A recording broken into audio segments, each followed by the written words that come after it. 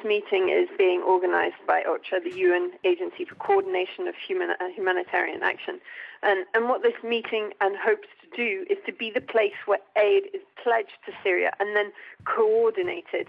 So what we know is that the Organization for Islamic Cooperation and the Assistant Secretary General of the League of Arab States will attend.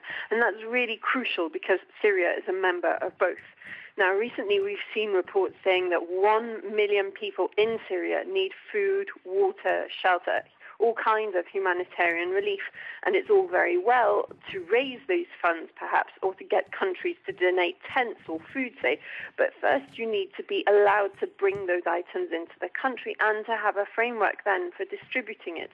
And that's why I say is, again, that it's crucial that the Organization for Islamic Cooperation is taking part in this meeting because Syria is a member. It gives an extra channel to that country to make sure that they agree that these things can be brought in. Just because people say that a lot of people in Syria need this doesn't mean that Syria will automatically allow people to bring things into its country.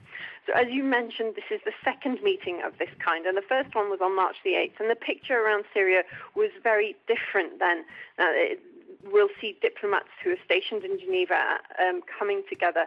And what we saw after the last meeting was that some aid was given to surrounding countries to help with the influx of refugees leaving Syria. But last time there was a reluctance to be specific on any aid actually given or getting ready to go to Syria because very few people are willing to donate to a country that's in war.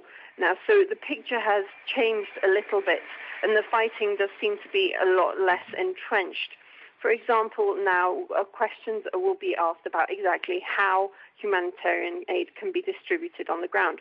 For example, while fighting was going on more frequently, Russia opposed humanitarian corridors to allow aid to get through.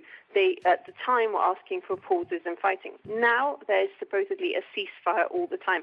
How best to get aid in? Because Russia has been such a staunch ally of Syria in the past, the feeling in Geneva is that Russia has to help negotiate any kind of humanitarian access because then it will not be able to negotiate it. So you want Russia and Iran to be on board, but you want the process of giving out aid to be transparent.